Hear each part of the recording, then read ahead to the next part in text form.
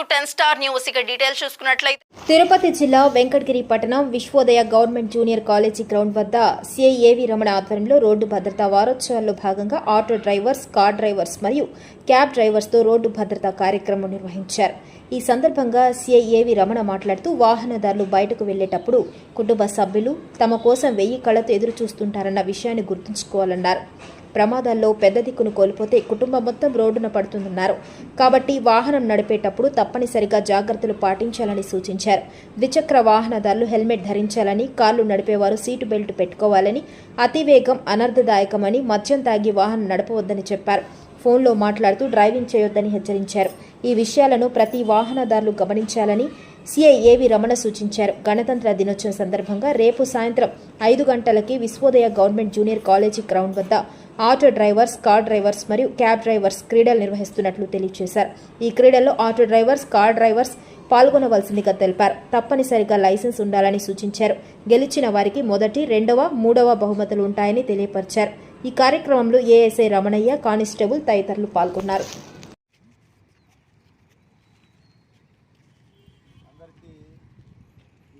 ఈ యొక్క కార్యక్రమాన్ని ఏర్పాటు చేసినటువంటి వెంకటగిరి పోలీసు వారికి, అట్లాగే ఈ కార్యక్రమానికి ఇచ్చేసినటువంటి 50 మంది ఆటో సోదరులకి, అలాగే క్యాబ్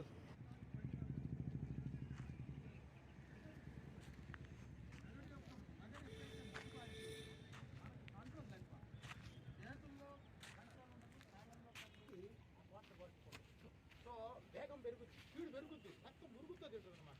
ఈ రకమైన పొజిషన్లో ఏం చేస్తున్నాం? ఈ భద్రతా వారోత్సవాల్ని ప్రతి సంవత్సరం చేస్తూ ఉంటారు, మీకు తెలిసిందే, ఇదేం కొత్త కాదు. అయితే ఈ భద్రతా వారోత్సవాల్లో ప్రతిసారి వీటి భద్రత గురించి మీకు తెలియపరుస్తూనే ఉంటారు, ప్రతి అధికారి తెలియపరుస్తూనే ఉంటారు. అది ఆర్టీఓ ఆఫీస్ నుంచి కావచ్చు, పోలీసు వారి నుంచి కావచ్చు, ఇంకా రకరకాల ప్రసార మాధ్యమాల ద్వారా కావచ్చు, అంటే పేపర్ ద్వారా, తర్వాత వీడియోల ద్వారా, అలాగే మీడియా ద్వారాగా ఇలాంటి కార్యక్రమాలని సమాజంలోకి వదులుతూ ఉంటారు. అయినప్పటికీ మనకి యాక్సిడెంట్లు నానాటికి పెరిగిపోతూ ఉన్నాయి, మీరు చూస్తూనే ఉన్నారు. మీరు కారు డ్రైవర్లు చాలా దూరం పోతూ ఉంటారు, 24 గంటలు, 48 గంటలు, 36 గంటలు, అట్లా 3. సో ఇవన్నీ కూడా లాంగ్ ట్రిప్పులు పోయిన యాక్సిడెంట్స్ అయితే చాలా మనము కంట్రోల్ చేయలేకపోతా ఉన్నాం వాస్తవంగా. అది ఎవరిది అంటే మన చేతుల్లోనే ఉంటుంది, అంటే మీ చేతుల్లోనే. మనం పోలీసు వారు ఈ యాక్సిడెంట్ ఏదన్నా స్పీడ్ మీద పోతూ ఉంటే వైలేషన్, అంటే ట్రాఫిక్ రూల్స్ వైలేట్ చేస్తే అలాంటి వాటిని మేము పట్టుకోవటము, కేసులు రాయటము ఏదో చేస్తుంటాం, కొంతమందికి కౌన్సిలింగ్ ఇస్తుంటాం. ఎన్ని చేసినప్పటికీ నానాటికి పెరిగిపోతున్నాయి. 100ల సంఖ్యలో చనిపోతూ ఉన్నారు, 1000 సంఖ్యలో ఇంజురీస్ అవుతూ ఉన్నాయి. వాళ్ళందరూ కూడా అవయవాలు, చాలా అవయవాలు, అంటే కాళ్ళు విరిగిపోవటం, చేతులు విరిగిపోవటం, అవయవాలు పని చేయకుండా పోవటం, అలాంటివి జరుగుతూ ఉన్నాయి. ఇవన్నీ కూడా మనము అవాయిడ్ చేయాలి అంటే దానికి ఎవరో కాదు, ఎటువంటి యాక్సిడెంట్ లేకుండా, చిన్న యాక్సిడెంట్ కూడా లేకుండా నడపగలిగేటువంటి ఇది మీరు తెచ్చుకోవాలి. అలాంటి వాళ్ళు చాలా తక్కువ మంది ఉంటారు నాకు తెలిసి. నిన్న ఆర్టీసీ బస్ స్టాండ్ డిపోలో ఒక ప్రోగ్రాం ఏర్పాటు చేస్తే దాదాపుగా అక్కడ నాకు తెలిసి ఒక 100 మంది డ్రైవర్లు ఉన్నారు. అక్కడ 100 మంది డ్రైవర్లలో 2 డ్రైవర్లు తమ జీవిత కాలంలో, అంటే 25 సంవత్సరాల వాళ్ళ యొక్క జీవిత కాలంలో ఒక్క యాక్సిడెంట్ కూడా చేయకుండా బయటకు ఇప్పటి వరకు కూడా ఉన్నటువంటి వాళ్ళు 2 ఉన్నారు. సో అలాగే మీద కూడా ఎంతోమంది, ఇంతమంది ఉన్నారు ఇక్కడ. ఇందులో కూడా ఒక్క యాక్సిడెంట్ కూడా ఈ రోజు వరకు కనీసం ఎవరిని డాష్ ఇవ్వకుండా, ఎవరిని గాయపరచకుండా, కనీసం మీరు కూడా గాయపడకుండా ఉన్నటువంటి వాళ్ళు, ప్రమాదానికి గురి కానటువంటి వాళ్ళు ఒక్కరి చేతులు ఎత్తండి. మీకే కాదు, సమాజానికి కూడా మీరు చాలా మంచి పని చేసిన వాళ్ళు అవుతారు. కాబట్టి ఇలాంటివి జరగకుండా ఉండాలంటే ఏం చేయాలి? మేమేం ఫస్ట్ పూర్తిగా పోలీసు వారు అడ్డంగా గట్టిగా అయ్యి పెట్టి చేపిస్తే అయ్యేవి కాదు. ఎందుకంటే నిరంతరము దాని మీద పూర్తిగా మనం ట్రాఫిక్ మీదనే కాన్సన్ట్రేషన్ చేయలేని పరిస్థితి. మీరు ఇక్కడ బయలుదేరితే ఈ కారు డ్రైవర్సు ఎక్కడో వేరే స్టేట్కి వెళ్ళిపోతారు, 3 రోజులు ప్రయాణం చేసుకొని పోయి 3 రోజులు వచ్చేస్తారు. సో ఈ దారి పొడుగుతో ఎవరు కాపలా ఉండలేరు. కాబట్టి దీనికి అంతటికి కొన్ని కారణాలు చెప్తాను. వాటిని అవాయిడ్ చేసుకోవాలి. మీ గురించి మీ ఫ్యామిలీస్ ఎదురు చూస్తూ ఉంటారు. ఇంట్లో మీకు ఒక ఫ్యామిలీ ఉంది, మీ భార్య ఉన్నది, పిల్లలు ఉన్నారు, వాళ్ళు మంచి చెడులు చూడాల్సినటువంటి ఆవశ్యకత ఉంది. మీరు ఏదో దురుసుగా డ్రైవింగ్, చాలామంది ఏం చేస్తారంటే మనము రేపు ఉదయం వెళ్దాము, పొద్దున్నే వెళ్దాము, కొద్దిగా రెస్ట్ తీసుకొని వెళ్దాము అనేటువంటి ఆలోచన ఉండదు. నేను ప్రయాణం చేసి ఉన్నాను గతంలో, నేను కూడా డ్రైవింగ్ చేయగలుగుతాను. చిన్నప్పటి నుంచి కూడా నాకు డ్రైవింగ్ అలవాటు ఉంది. సో ఎన్ని చేసినా కూడా నేనేం చేస్తానంటే నా దృష్టిలో రాత్రి 9 కాగానే నేను డ్రైవింగ్ ఆపేస్తాను. ఎట్టి పరిస్థితుల్లో డ్రైవింగ్ నేను చేయను అసలు. ఆ బండి ఆడ పడేస్తాను, మరుసటి రోజు ముందు పొద్దున్నే 5 గంటలకు బయలుదేరుతాను. కానీ చాలామంది డ్రైవర్లని మనం ఏం చేసి, ఆగండి అయ్యా రేపు ఉదయం పోదామని అంటే, ఎందుకు సార్ లాగిచ్చేస్తారు, నో ప్రాబ్లమా సార్, ఏం కాదు సార్ వెళ్ళిపోతాం సార్, తెల్లారి లోపల అక్కడ మిమ్మల్ని దించుతా సార్ మీ ఇంటి దగ్గర అంటారు.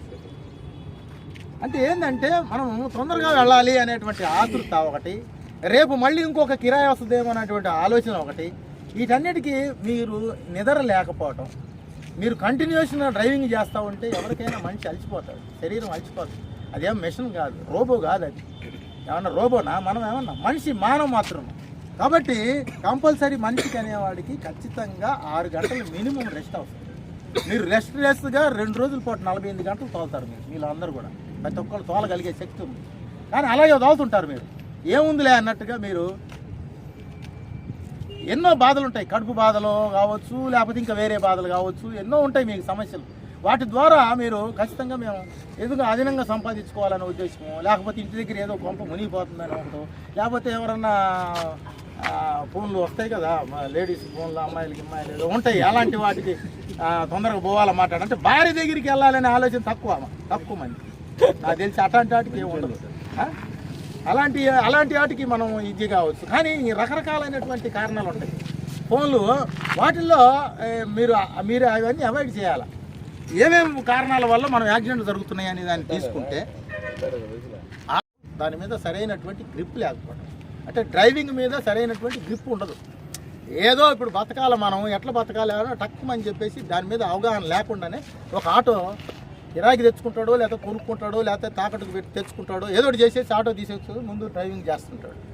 బండి ఎక్కడ నడపాలా, ఏ విధంగా ఆపాలా, ఏ రకంగా కట్ చేయాలా, ఎంతమందిని ఎక్కించుకోవాలా, కంట్రోల్ ఉంటుందా ఉండదా ఆలోచనే ఉండదు. పోతూనే ఉంటారు, సపక్కని తిప్పేస్తారు ఆటో. అదే డ్రైవింగ్ కనుక పర్ఫెక్ట్గా ఉన్నవాళ్ళు ఏం చేస్తారు, అద్దంలోంచి, సైడ్ అద్దంలోంచి లెఫ్ట్ రైట్ చూస్తాడు, వెళ్తూనే 2 వైపులా చూస్తాడు, వెనక వైపు నుంచి వచ్చే వెహికల్ ఏమైనా ఉందా లేదా చూస్తాడు, లేకపోతే ఇండికేటర్ వేస్తాడు, లేకపోతే ఒక్కోసారి చెయ్యి అడ్డం పెడతాడు, తిప్పుతాడు. అది చేయాల్సిన పని. వెనకొచ్చేవాడికి మీరు చేయాల్సిన పని అది.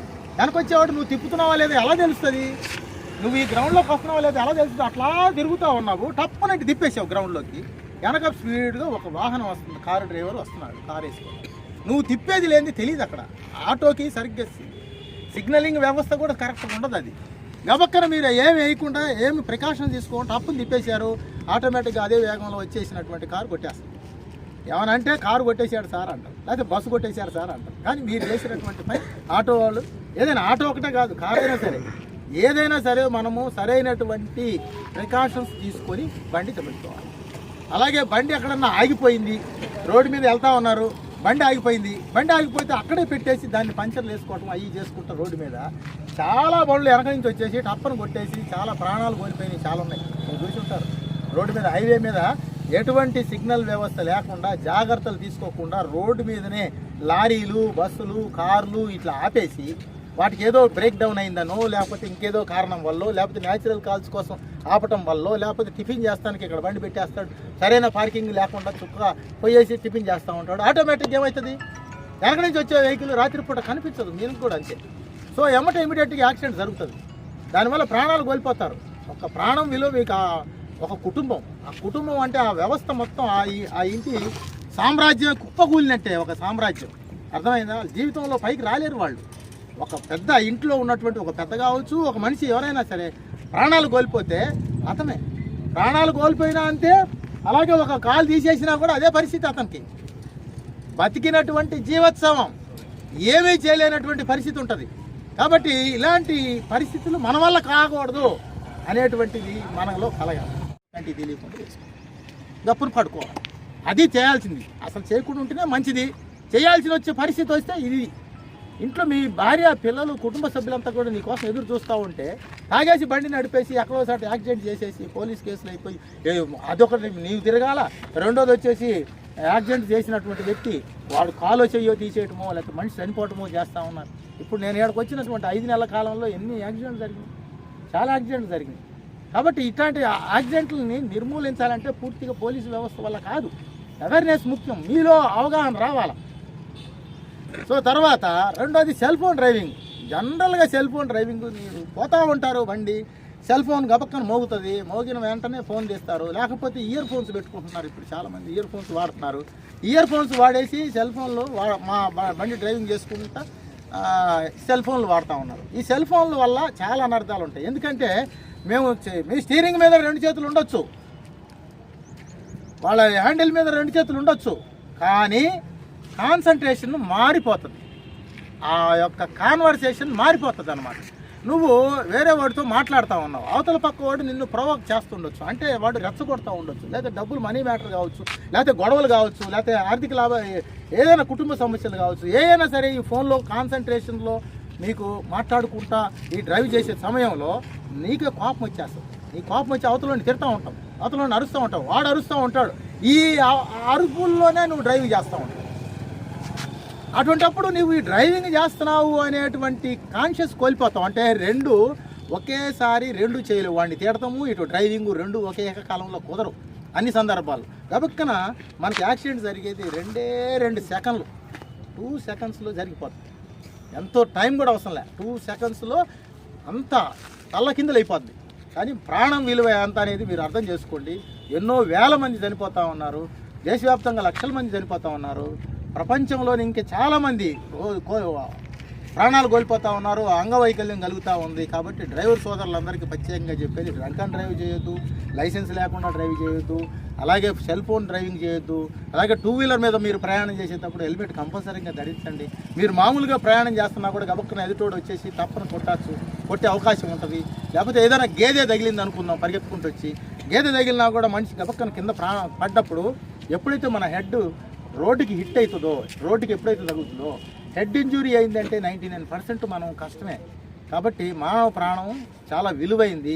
కాబట్టి ఈ రోడ్డు ప్రమాదాల నుంచి మనం తప్పించుకోవాలి అంటే మనము 2 వీలర్ మీద హెల్మెట్ కంపల్సరీ ధరించి ప్రయాణం చేయాలి.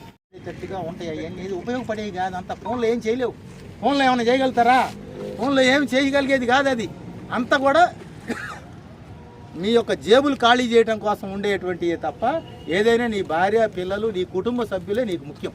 కాబట్టి నీ పిల్లల్ని బాగా భవిష్యత్తులో బాగుపడాలంటే నువ్వు బాగా కష్టపడి ఏదో ఒక ఆటోకి ఇంకా 4 ఆటోలు కొనుక్కోవాలా, ఒక కారుకి ఇంకో 4 కార్లు కొనుక్కోవాలా, అలా డెవలప్ కావాలి. కానీ ఎప్పుడు మనం ఎక్కడేసిన గొంగ అక్కడే ఉండే విధంగా అట్లా ఉండకూడదు. మనం కిరాయికి తెచ్చుకుంటే కిరాయిలాగే ఉండకూడదు, వాన్ రావాలి. మనం ఒక ఆటో తెచ్చుకున్నాడు 4 ఆటోలు కొనుక్కోగలిగే శక్తి కలగాల. ఇవన్నీ అంటే వాడు కరెక్ట్గా ఇలాంటి నేను చెప్పిన పనులు ఏది చేయకుండా మనము బయట తిరిగామా, వచ్చి మన కుటుంబ సభ్యులతో కాలం గడిపామా, సమయం ఉన్నప్పుడు కాలం గడుపుకోవాలి. సమయం లేదు, మనకి సమయం ఉంటే ఇక్కడ చూస్తుంటారు ఆటోల్లో పెట్టుకుంటూ ఉంటారు చెట్టు కింద, ఇట్లా సెల్ ఫోన్లో ఇట్లా కొడతా ఉంటారు, పైకి కిందికి జరుపుతూ ఉంటారు. ఏం చూస్తారు ఆ సెల్ ఫోన్లో? పనికి మాలినే బొమ్మలు చూస్తుంటారు, పనికి మాలిన వ్యవహారం తప్ప. మేము ఆ లోపలికి వచ్చి చూసినా, ఇక్కడ చూసినా ఆటో సోదరులు కావచ్చు, కారు సోదరులు కావచ్చు, చెప్తున్నా ఈ సెల్ ఫోన్లో ఎక్కువగా కాకపోతే పనికి మాలిన బొమ్మలు చూస్తాము, పనికి మాలిన చిత్రాలు చూడటము, పనికి మాలిన వీడియోలు చూస్తాము, పనికి మాలిన గేములు ఆడటము, వాటితో డబ్బులన్నీ కూడా పోగొట్టుకోవడం చేస్తూ ఉన్నారు. కొన్ని గేమింగ్ కూడా ఆడుతుంటారు మీరు, చాలామంది, అందరూ కాదు, చాలామంది గేమింగ్ ఆడుతున్నారు, డబ్బులు పోగొట్టుకుంటున్నారు. ఇవన్నీ కూడా వీటి వల్ల ఉపయోగాలు లేవు.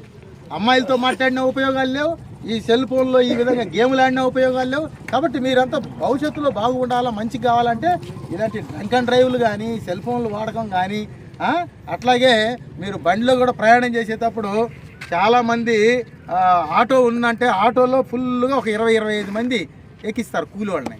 ఎక్కిచ్చేసి వాళ్ళ మొత్తం స్కూల్ పిల్లల్ని 25 మంది స్కూల్ పిల్లల్ని ఎక్కిచ్చేస్తే మీరు ఇటుపక్క ఒక 3 పిల్లకాయలని, ఇటుపక్క ఒక 3 పిల్లకాయలను ఎక్కిచ్చేసి వెనక ఒక 20 మంది పిల్లకాయలను ఎక్కిచ్చేసి స్టీరింగ్ కనీసం అటు జరపడానికి కూడా లేకుండా, కదలటానికి లేకుండా స్టీరింగ్ అడ్డం వస్తుంటుంది.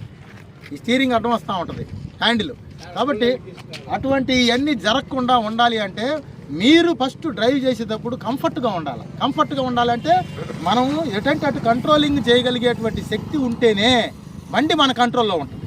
కాబట్టి డ్రైవర్ సోదరులందరికీ మరొకసారి విజ్ఞప్తి చేస్తానని, యాక్సిడెంట్ల నుంచి తప్పించుకోవడానికి